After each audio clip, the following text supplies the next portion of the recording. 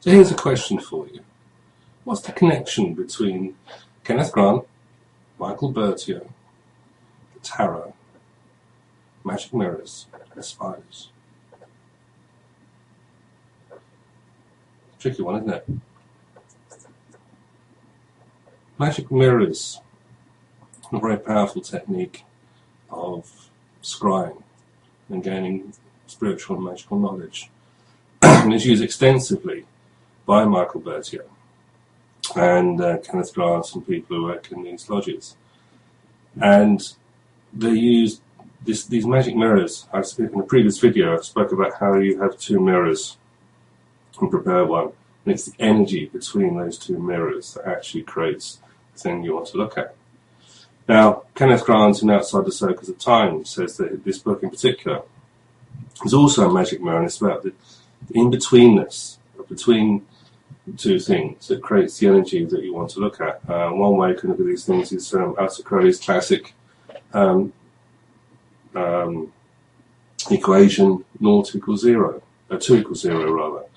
This whole idea of duality, and it's not duality in the sense of good and evil or any kind of Gnostic thing. It's this duality that finds unity between the two things, that bring them together to find something new.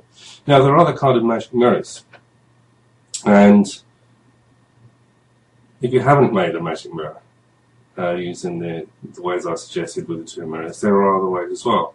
And we're going to use a tarot for this, and the two cards that, and basically what happens is, in the opening the key spread, there's an interesting technique called pairing, which you kind of do after counting and analysing the cards. So it starts off the two outside cards that work in.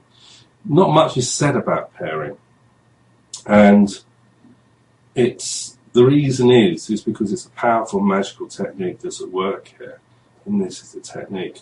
What you do is you take two cards, and it's about the energy between the two cards. Now, I picked two cards that are really powerful ones that illustrate this whole thing, and here the two are. You have the High Priestess and the Moon card. Now, there's an interesting ambiguity between the High Priestess and the Moon card, especially for people who start to read tarot, because, of course, they think the Moon card is the Moon, where in fact it's Pisces, and the High Priestess is actually the card to do with the Moon. This ambiguity, this neti-neti, this kind of thing that goes on between these two cards is perfect in illustration. So it's the energy between the two cards. One way you can do it is like this, or it's between the cards. Now, I picked these two cards in particular because they go to the heart of the Typhonian system. The Moon is the 29th tunnel, Cagliostro, and the High Priestess is on the Tree of Life. She is the central pillar. She goes from Tiphareth through to Keter, so she goes through the Darth and all that supernal kind of thing. She goes right to the top. She's actually a representation of the Gnostic Mass as well. So she's beyond the veil, as you can see in the card as well. You also have this veil here, this illusion, deception that's going on the Moon card too. So when you actually scry with these two cards, and you can do it astrally as well, you can just visualize the cards and see where it takes you. Now, the interesting thing is that there's a lot of numerology that you can analyze with these cards. I'm not going to go into it, but you can.